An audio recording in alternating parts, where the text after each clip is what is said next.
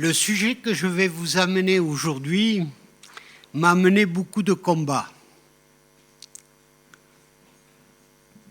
Vous savez que ce matin, c'était 3 heures du matin, j'ai déchiré ma prédication. Parce que je pensais que vous dire ces choses-là allait vous perturber, ça allait peut-être vous offusquer. Et donc j'ai déchiré cette prédication. Et j'ai pleuré et j'ai dit, Seigneur, donne-moi quelque chose, parce que je ne sais pas ce que je peux dire. Et le Seigneur, ce matin, il m'a dit, prends ton cahier, écris. Alors c'est ce que j'ai fait. Il m'a dit, reprends mot pour mot la prédication que tu avais écrite. Je pestais à mon cœur parce que j'ai dit, purée, quand même, si j'avais su, je ne l'aurais pas déchiré. Et le Seigneur m'a dit, ne t'inquiète pas de ce que tu auras à dire et de la façon dont ce sera reçu, parce que c'est moi qui remplis ta bouche. Et c'est par mon esprit que tu as parlé ce matin. Alors Seigneur, tu me gardes des paroles qui viendraient de moi, parce que ma chair est faible, Seigneur.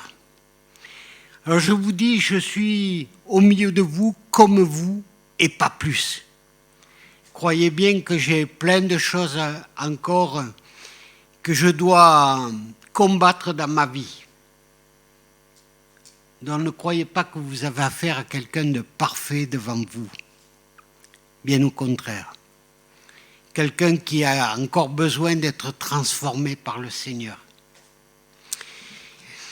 Alors le thème que le Seigneur m'a mis ce matin, c'est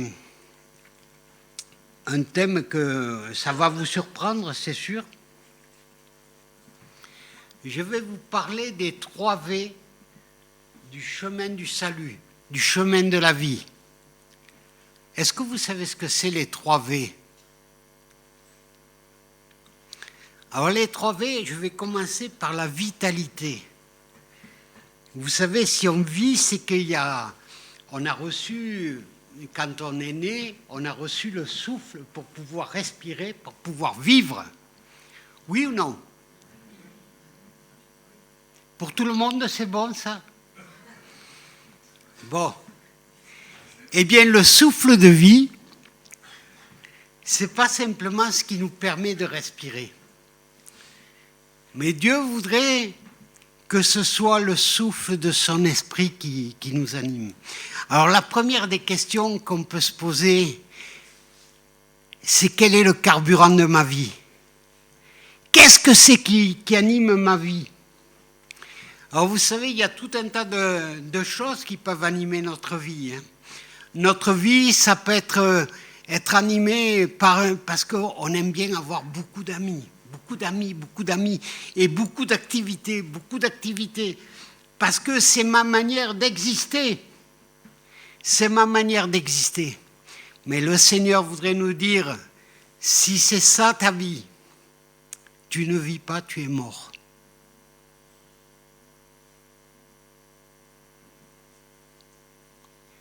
Est-ce que nous comprenons bien ce que cela veut dire ? Si c'est ça ta vie, tu es mort. Le Seigneur nous montre aussi d'autres choses qui peuvent animer notre vie. Notre vie peut être animée sur le fait que, il faut absolument que je sois vu. Parce que je suis le plus beau. Vous avez remarqué que je suis le plus beau. Je suis le plus beau d'entre vous tous. Hein ? Mais non. Ce que le Seigneur voudrait nous faire comprendre, c'est que le paraître, c'est pas ça la vie. Le paraître nous conduit à la mort. Tant que je veux vivre pour être glorifié ou pour paraître comme étant quelqu'un d'important, je vais à la mort. La Bible dit qu'il faut que le grain meure pour produire du fruit. Il faut que chacun de nous meure pour produire du fruit. Est-ce que vous croyez à cela? Et je peux vous assurer qu'il n'y a pas un jour où je ne sois pas obligé de déposer ma vie à la croix.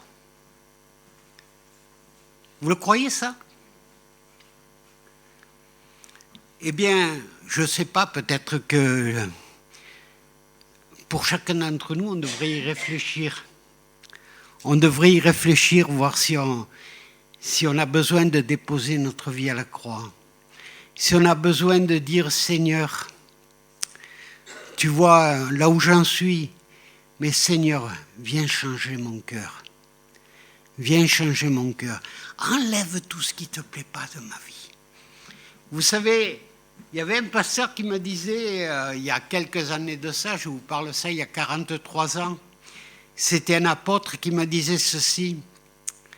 Tu sais, Christian,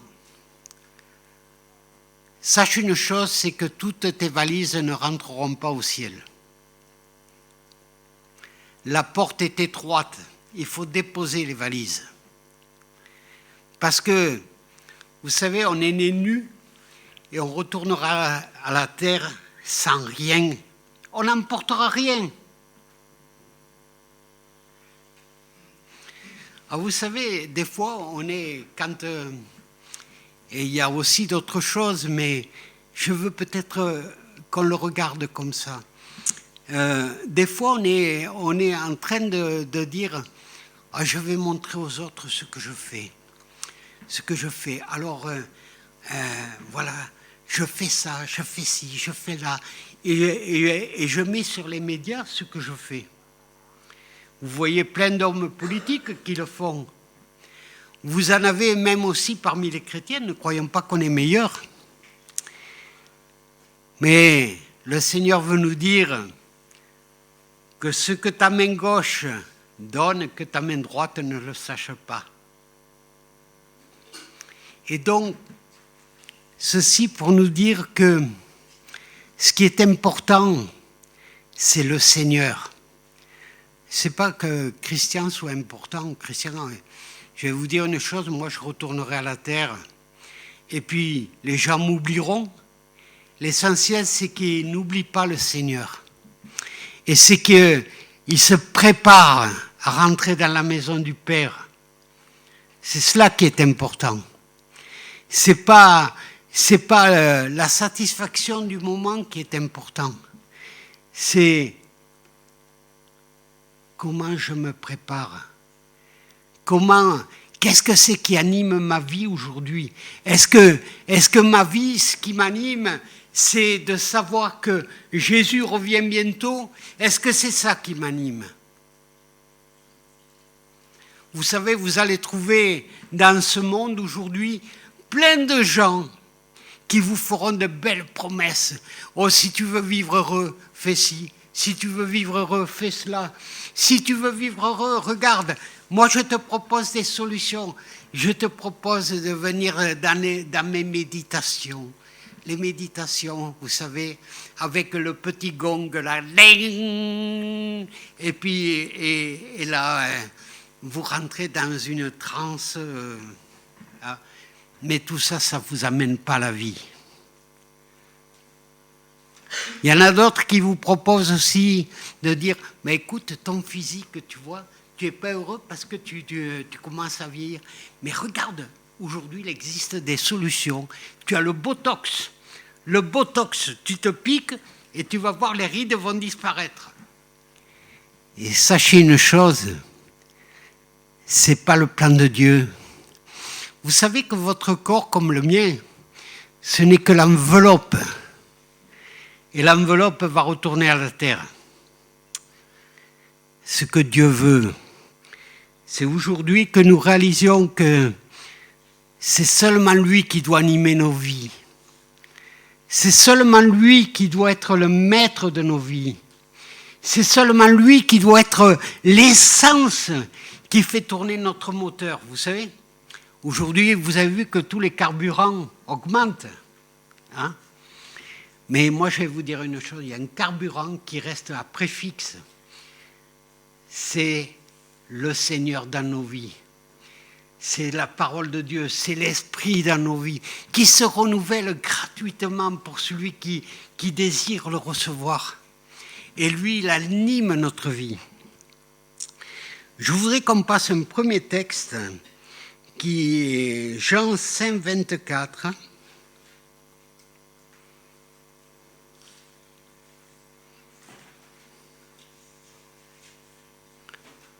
J'attends qu'il s'affiche. Qu'il s'affiche, affiche.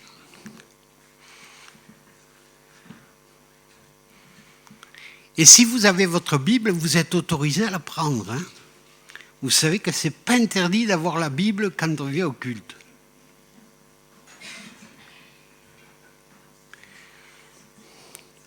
Parce que, vous savez, le portable, bien souvent, ça nous facilite, on cherche le verset en question, là, il s'affiche, et puis on n'a pas besoin de chercher.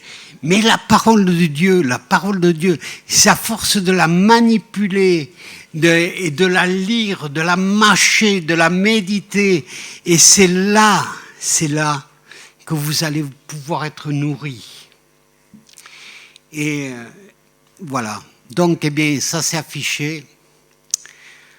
En vérité, je vous le dis, qui écoute ma parole et qui croit celui qui m'a envoyé à la vie éternelle et ne vient point en jugement, mais il est passé de la mort à la vie. Vous voyez, ça c'est important.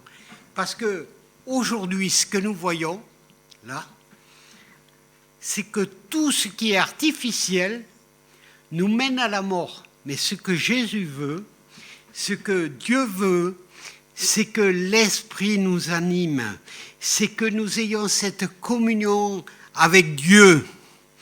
Pourquoi ? Parce qu'il n'y a que lui qui peut nous amener à la vie. Il n'y a que sa parole qui peut nous nourrir. Il n'y a que sa parole qui peut être le carburant de nos vies. Est-ce que vous croyez à cela ? Est-ce que vous me suivez là ? Est-ce que vous êtes toujours avec moi ? Oui ? Bon. Et moi, je crois à cela. Vous savez, tous les jours, j'ai remarqué que tous les jours, on mange 3 fois par jour. Au minimum le matin, le petit déjeuner, le midi pour se nourrir, pour nourrir notre capital gastronomique, vous voyez, et le soir. On mange 3 fois par jour. Donc, on nourrit notre corps 3 fois par jour, minimum. Ensuite, on nourrit aussi notre âme. Vous savez comment on nourrit notre âme ? L'âme, elle est nourrie par l'affection qu'on nous porte, c'est-à-dire nos proches. Elle est nourrie aussi par nos amis. Elle est nourrie par tout ce que nous regardons, par tout ce que nous faisons, nos activités, tout ça. Ça nous donne de l'importance, ça nous valorise. Mais tout ça, ça n'est pas la nourriture de Dieu. Et alors on nourrit notre corps et notre âme, mais par contre notre esprit, alors ça, c'est pas très grave. Et pourtant notre esprit, c'est lui qui est en relation avec Dieu. Et c'est lui qui va produire la vie s'il est connecté avec notre Seigneur.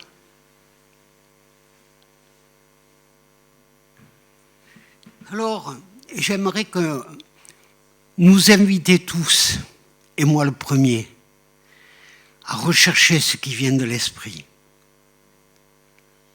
Recherchons ce qui vient de l'Esprit. Recherchons à marcher avec l'Esprit de Dieu. J'en ai tellement besoin, je vous assure. Vous pouvez prier pour moi, je vous assure, afin que je sois inondé tout à nouveau du Saint-Esprit. Je ne vous en voudrais jamais de prier pour moi à ce sujet-là, parce que j'ai tellement besoin du Saint-Esprit dans ma vie. Mais moi, je m'engage aussi à prier pour vous, afin que vous aussi, vous soyez inondés de l'Esprit de Dieu. Parce que sans l'Esprit de Dieu, on ne peut rien faire. Et je peux vous dire qu'on va tout droit à la mort. Et ce qui est de la mort spirituelle, je le souhaite à personne d'entre nous. Parce que vous savez que même dans nos activités, même dans les églises, ne croyez pas, mais si on fait des activités pour dire, voilà, il faut que l'église, pour qu'elle aille bien, il faut qu'il y ait ci, il faut qu'il y ait ça, il faut qu'il y ait telle activité, il faut qu'il y ait le groupe de jeunes, il faut qu'il y ait la louange, il faut qu'il y ait ci, il faut qu'il y ait là, il faut que. Et tout ce qu'on va faire, c'est l'œuvre de la chair. Et tout ce qui est l'œuvre de la chair, c'est quoi? C'est péché. Il faut que les choses soient claires. Et combien, malheureusement, dans nos assemblées, des fois, eh bien, on peut avoir cette tendance à partir dans cette dérive-là. Et de dire, il faut qu'il y ait ceci qui soit fait, que ce, et finalement, on laisse très peu de place à l'esprit après. Et c'est pourtant l'esprit qui vivifie. C'est l'esprit qui va nous conduire à la vie.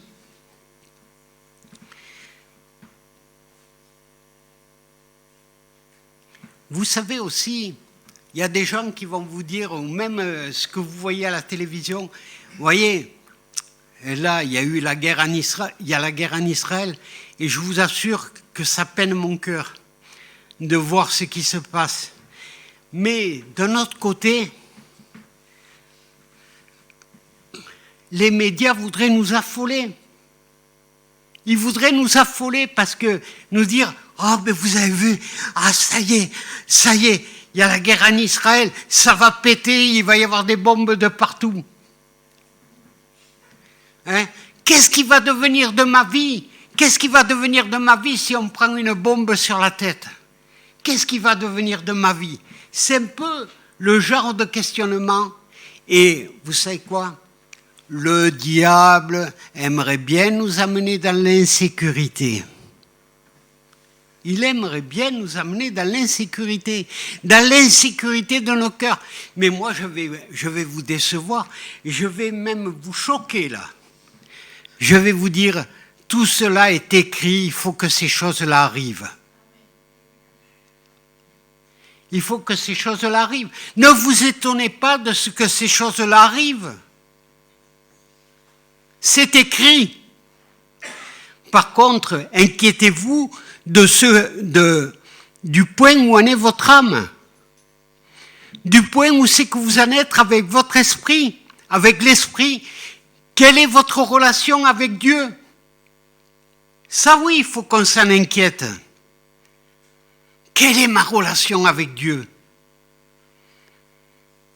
Oh Seigneur, aie pitié de moi et permets que ma relation augmente encore davantage avec toi.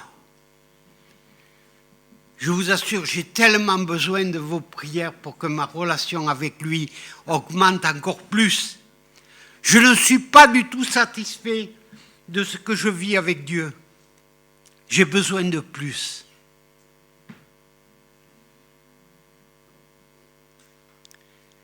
Et j'espère que vous êtes aussi comme ça.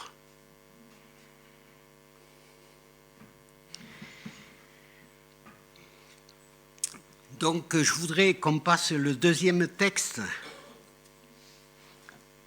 Romains 6, 23.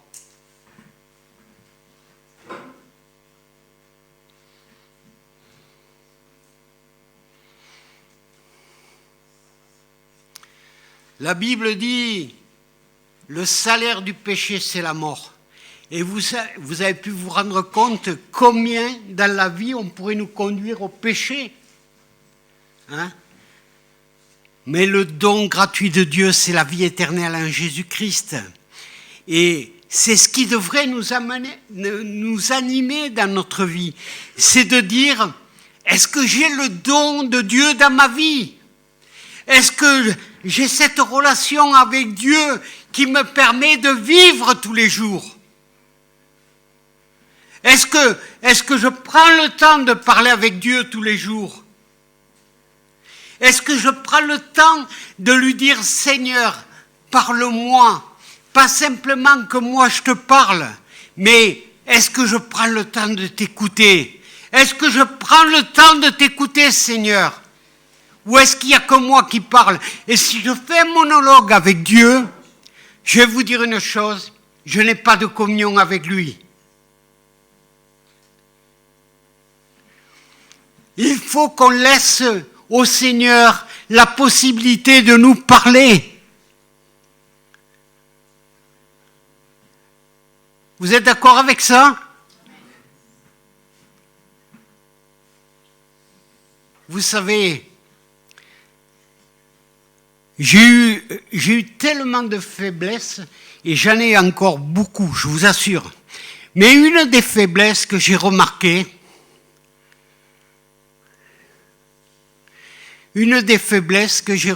qui se trouve souvent chez les chrétiens, c'est que,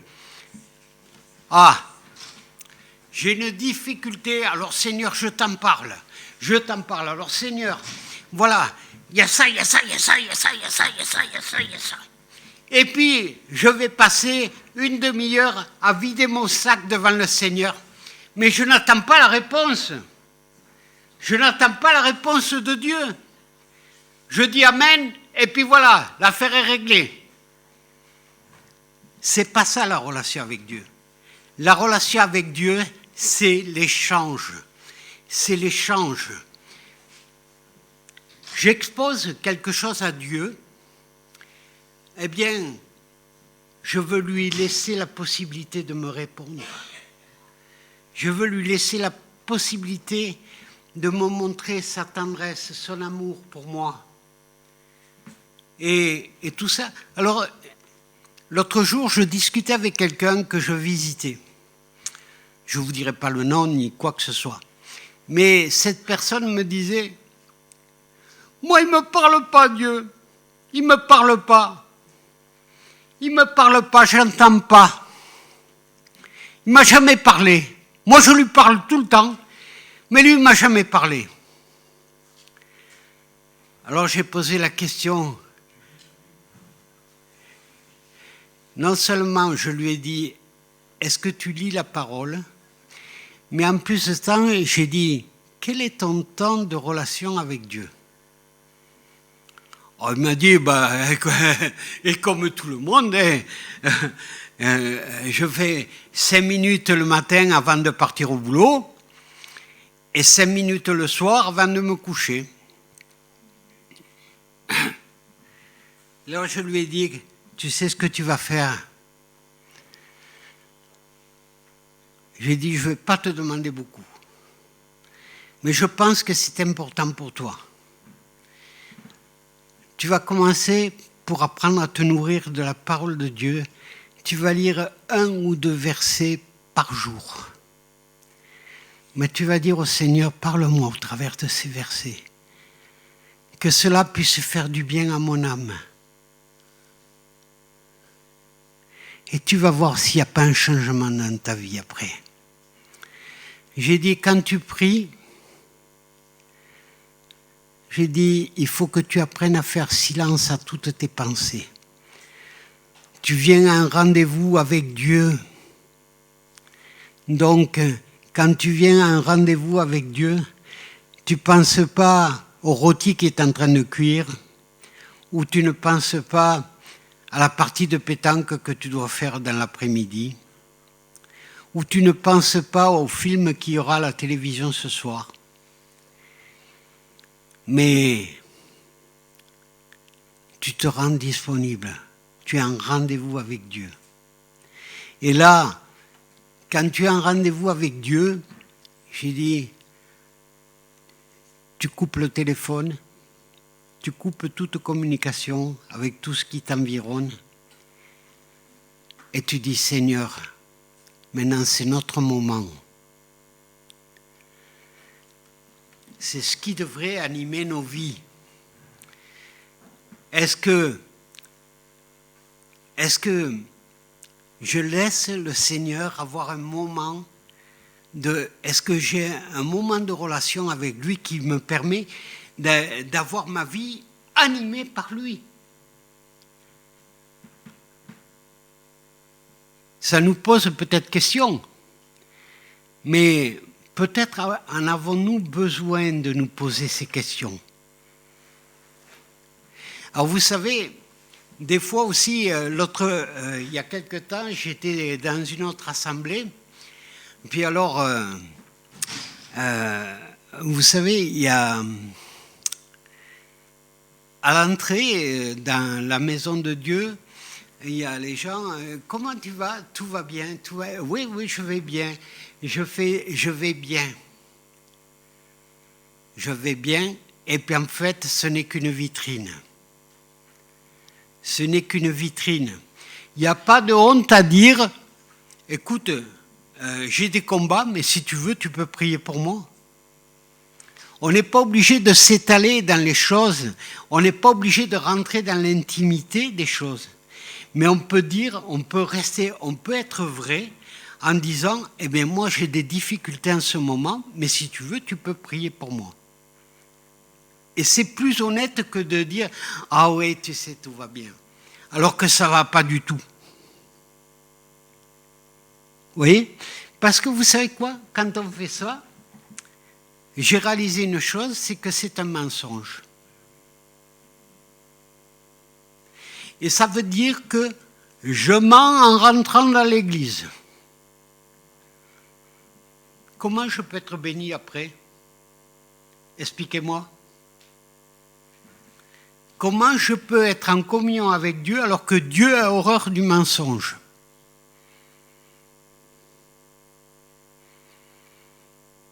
Ça m'interpelle quand même, pas vous? Vous êtes toujours là ou... Oui, bon, ça va. Ça me rassure parce que comme j'entends personne et réagir, je me demande si les gens sont là des fois. Alors on va prendre le dernier verset de ce premier passage. C'est dans Matthieu 10, verset 39. Ah, c'est un verset qui me parle beaucoup parce que j'ai eu beaucoup de difficultés avec ce verset-là.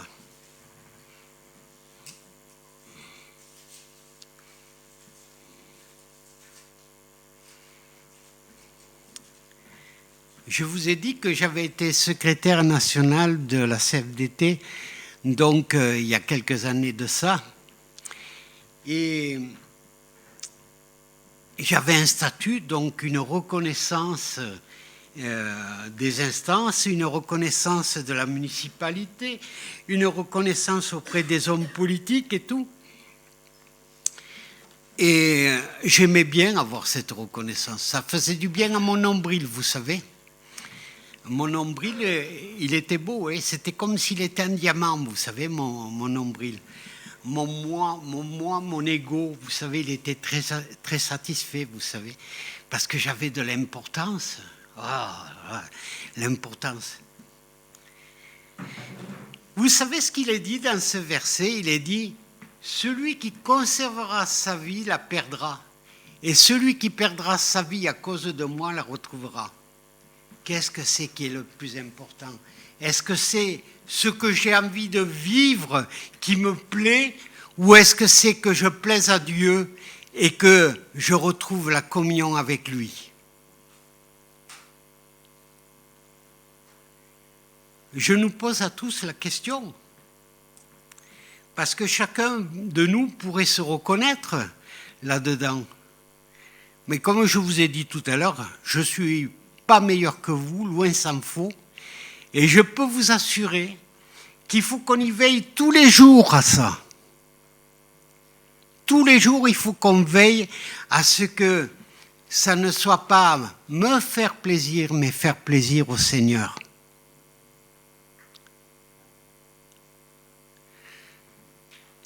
Vous savez, il y a un frère qui m'avait dit ceci, il m'avait dit, tu sais Christian, tu auras un grand ministère, il m'avait dit. Mais avec ce grand ministère, tu auras aussi quelque chose que tu ne pourras pas y échapper, c'est beaucoup de souffrance. Beaucoup de souffrance, beaucoup de rejet.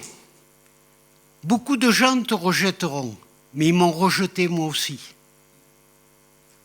Pourquoi? Parce que tu ne plairas pas.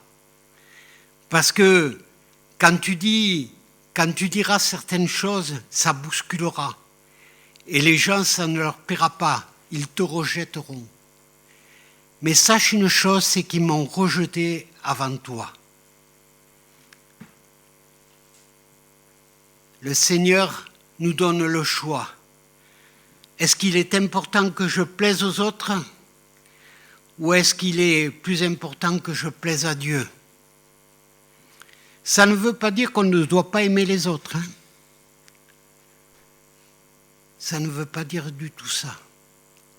Ça veut dire simplement que si on veut être le canal de Dieu, il faut dire ce que lui, il veut que nous disions.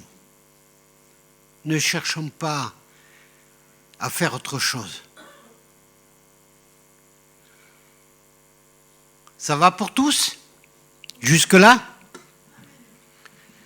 Bon. Alors le deuxième V maintenant, on va passer au deuxième V. Alors le premier V, qui c'est qui peut me rappeler ce que c'était le premier V? Vitalité. La vitalité, d'accord? Le deuxième V, c'est la vérité. La vérité. Vous savez, aujourd'hui, je m'aperçois que chacun raconte sa vérité et détourne la vérité, même dans les médias. Regardez quand il y a eu le conflit en Israël, entre le Hamas et Israël, regardez comment on manipule aussi les informations qui sont données. Mais même pour tout. L'autre jour, je discutais avec un homme politique de Valence qui me disait, mais tu sais une chose, c'est que même dans les médias, on trie ce que les Français ont besoin de savoir. Et on leur donne juste les informations qu'ils ont besoin de savoir. C'est-à-dire que tout ce qui est important, en fait, on ne nous le dit pas. On nous dit simplement ce que, à leurs yeux, on est en capacité de recevoir comme information. À tel point qu'on fait passer toutes les lois en catimini, vous savez, aux heures où les gens dorment, ou etc., etc.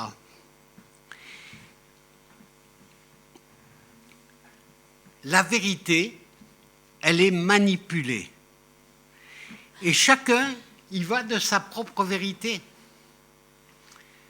Moi, ma vérité, voilà, j'ai un conflit avec quelqu'un, ma vérité, c'est que ce que moi je lui ai dit, c'est ce qui est vrai, hein, c'est ce qui est juste.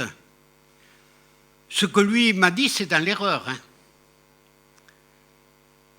Ouais? Mais ça, c'est l'humain qui est comme ça. L'humain cherchera toujours à que sa propre vérité, ce soit la vérité. Mais qu'est-ce que c'est qui est important? Est-ce que c'est ma vérité qui est importante? Ou est-ce que c'est la vérité de Dieu qui est importante? Est-ce que c'est ce que Dieu veut nous dire qui est important? On va lire dans Jean 14, 6. Jean 14, 6. Jésus lui dit, « Je suis le chemin, la vérité et la vie. Nul ne vient au Père que par moi. » Jésus nous dit, je le répète, « Je suis le chemin, la vérité et la vie. » Il n'a pas dit « Je suis simplement le chemin et la vie ».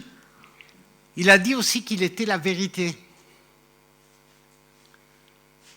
Est-ce que j'accepte de capituler à ma propre vérité et de dire « Seigneur, c'est toi qui as raison. C'est pas moi qui ai raison. C'est toi qui as raison. » Est-ce qu'aujourd'hui on est prêt à dire « Je n'ai pas raison, c'est toi qui as raison, Seigneur. » Dites-le avec moi si vous êtes d'accord. Hein.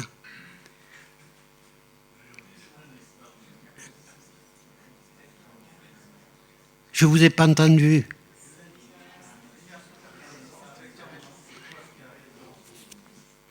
Amen. Mais, alors maintenant, on va aller plus loin que ça. J'ai dit, Seigneur, c'est toi qui as raison. Alors, Seigneur, j'abandonne mon propre raisonnement maintenant. J'abandonne ma propre vérité maintenant. Et je te dis, Seigneur, viens faire pénétrer dans mon cœur que ce soit ta vérité qui soit importante. Que ce soit ce que toi tu dis qui est important et que moi je capitule à ce que tu dis. Je vous assure, j'ai tellement besoin de ça dans ma vie. Je vous confesse ma misère. Hein. J'ai tellement besoin que le Seigneur ait plus de place. Ce n'est pas moi qui dois vivre, c'est lui qui doit vivre en moi. C'est ce que dit la Bible. On va prendre un autre texte, c'est dans le psaume 25, verset 5.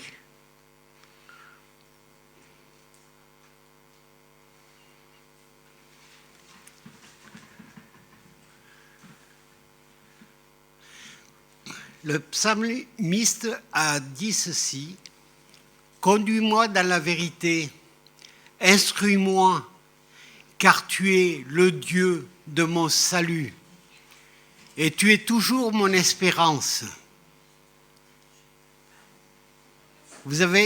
Est-ce que vous avez entendu, est-ce que vous l'avez vu, ce texte? Est-ce que vous avez vu ce texte? Qu'est-ce qui vous dit ce texte à vous? Qu'est-ce qui vous dit ce texte à vous?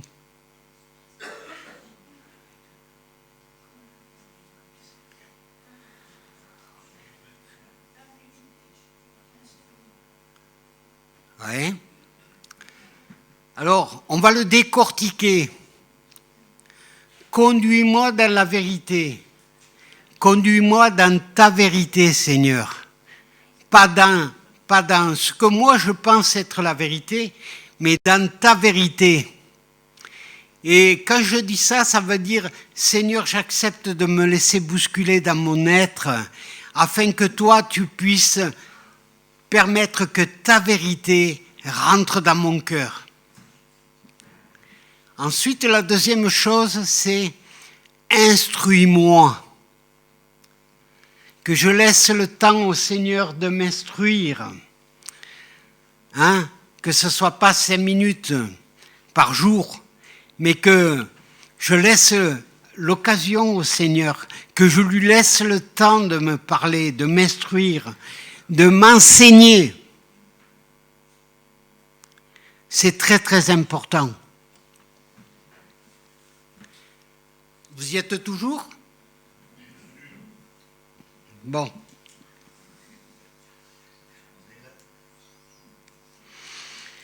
Jean 17, 17. Jean 17, 17.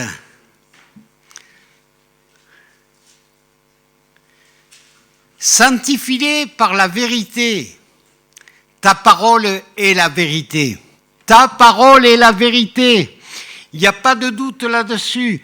C'est le Seigneur de nos vies et sa parole est la vérité. Est-ce que nous croyons à ça, que sa parole est la vérité? Les jeunes là-bas, vous croyez que sa parole est la vérité?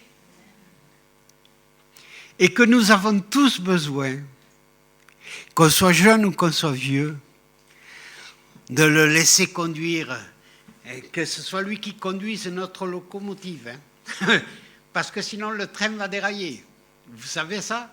Le train va dérailler si ce n'est pas lui qui conduit nos vies. Alors, laissons-lui conduire nos vies.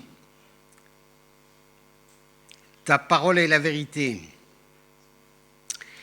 Vous savez ce qui va nous garder aussi, ce qui va nous garder dans la présence de Dieu? c'est de revêtir l'armure du Seigneur. Revêtir l'armure du Seigneur. Il y a une chose dans l'armure du Seigneur. Il est dit, dans Éphésiens 6, 14, il est dit, « Ayez la vérité pour ceinture. » Vous savez, moi, si j'enlève ma ceinture, je perds le pantalon. Et je n'ai pas envie de perdre le pantalon parce que sinon, après, j'aurai à rendre des comptes à la justice. Donc, vous savez, si on fait confiance à notre propre ceinture pour tenir notre pantalon, là, j'arrête de plaisanter, mais de dire simplement, Seigneur, j'ai tellement besoin que tu me gardes dans la vérité, dans ta vérité, Seigneur. Aussi, Seigneur, je veux prendre ta ceinture qui se trouve dans la parole. Et Seigneur, afin que tu me gardes dans ta présence, dans ta parole, que ce soit ta vérité qui soit vue dans ma vie. On est d'accord avec ça? Et alors maintenant, on va passer au troisième V. Troisième V, sur le chemin de la vie, c'est la victoire. La victoire, pourquoi? Vous savez, dans beaucoup de conflits qui se passent, et même les conflits que l'on a avec les uns avec les autres, il faut absolument que je gagne. Oh, mais c'est moi qui ai raison, hein. L'autre, il va s'abaisser, hein. Je vous le dis, il va s'abaisser. Hein. Oh, c'est qui le coq ici? C'est moi. Hein. Les autres, ils vont s'abaisser. Sauf que ça nous conduit à la mort. D'accord?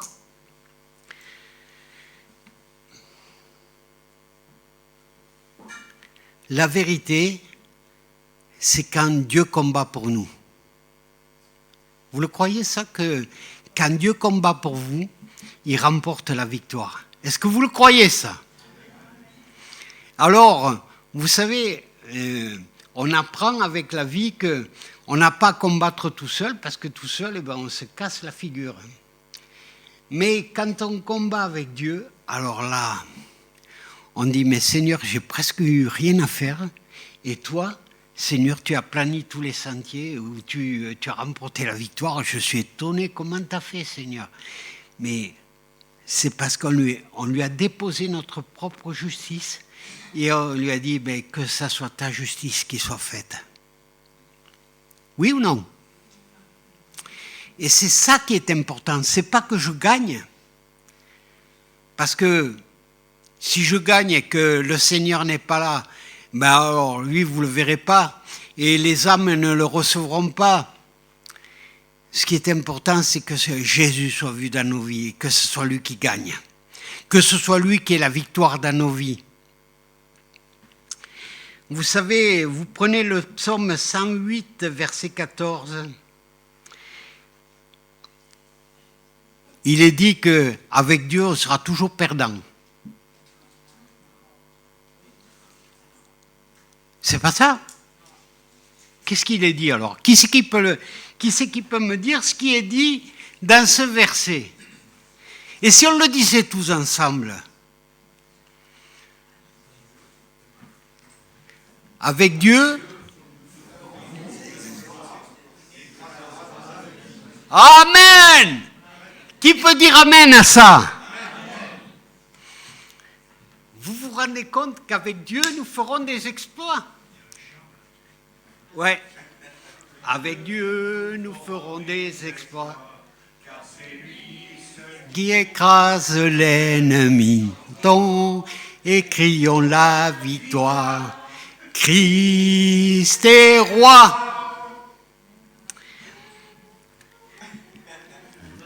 Voilà. Et vous savez, on l'a chanté maintes et maintes fois dans les assemblées, ça. Mais pourquoi? Pourquoi on le chante simplement et qu'on ne le laisse pas agir dans nos vies? Pourquoi on ne lui laisse pas toute la place dans nos vies pour qu'il puisse remporter des victoires et qu'il fasse des exploits dans nos vies? vous savez, je crois qu'il faut qu'on réfléchisse quand même. Qu'est-ce que c'est qui est le plus important? Que lui, il ait la victoire ou que moi, je sois vu et que ce soit moi qui ai la victoire? Ah, on aime bien, hein, on aime bien que... je suis là, Seigneur, hein, c'est moi qui... Mais non, mais le Seigneur voudrait nous dire, c'est pas toi qui, hein, c'est moi qui vais te montrer qui je suis.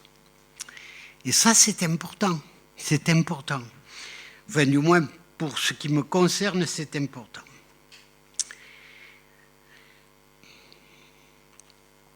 Alors ensuite, on va voir le dernier verset, et après, on va faire quelque chose d'important. Le dernier verset, 1 Jean 5, 4 et 5.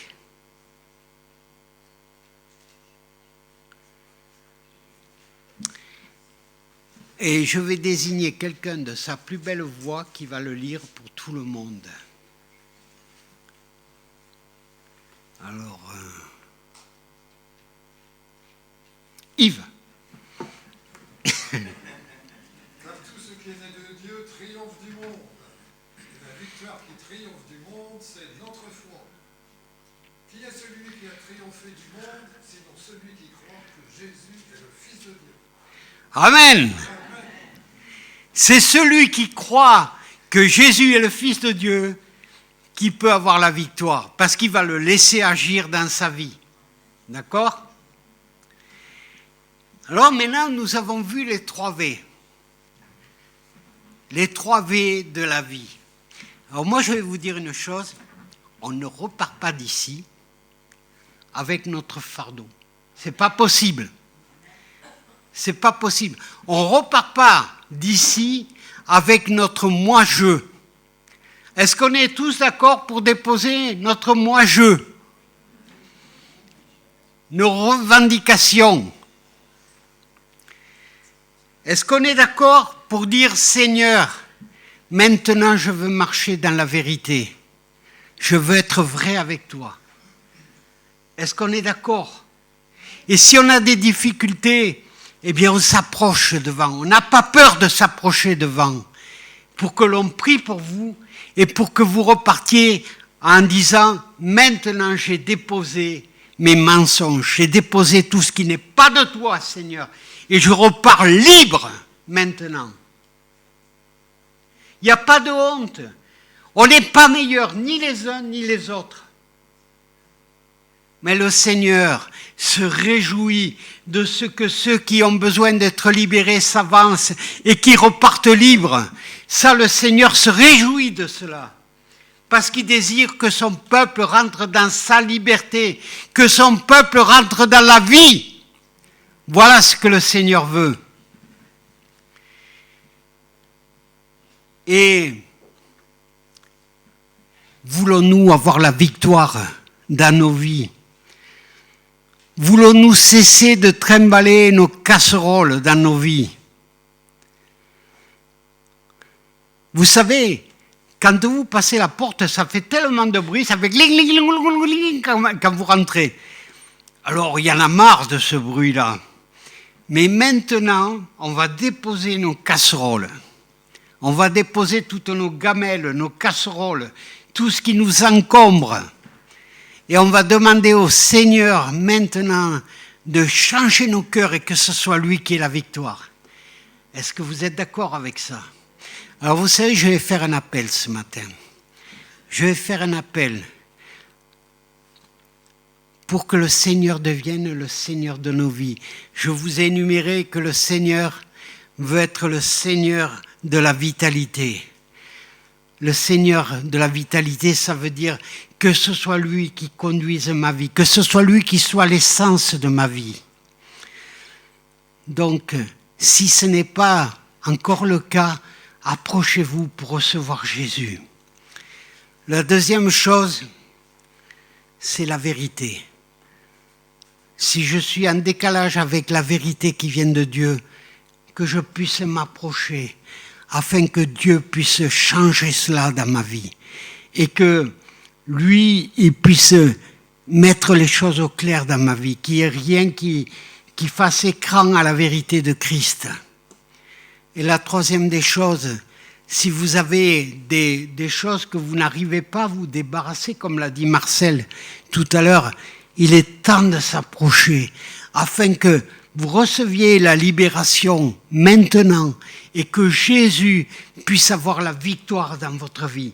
Parce qu'il veut vous amener dans la victoire. Il veut briser les chaînes maintenant. Voulez-vous rentrer dans cette liberté? Alors que ceux qui ont besoin, dans quel domaine que ce soit, de s'approcher, qu'ils s'approchent. Et on va prier ensemble afin que vous receviez ce que vous avez besoin de la part du Seigneur. N'ayez pas peur de vous approcher. C'est maintenant le moment de grâce du Seigneur. C'est le moment où Dieu veut vous bénir, où Dieu veut vous montrer son amour. Maintenant. Alors n'hésitez pas, parce que quand on sera sorti, ce sera trop tard. C'est maintenant qu'il faut s'approcher pour la prière. Que Dieu vous bénisse. Je me tiens à votre disposition. Ceux qui veulent, c'est maintenant qu'il faut s'approcher.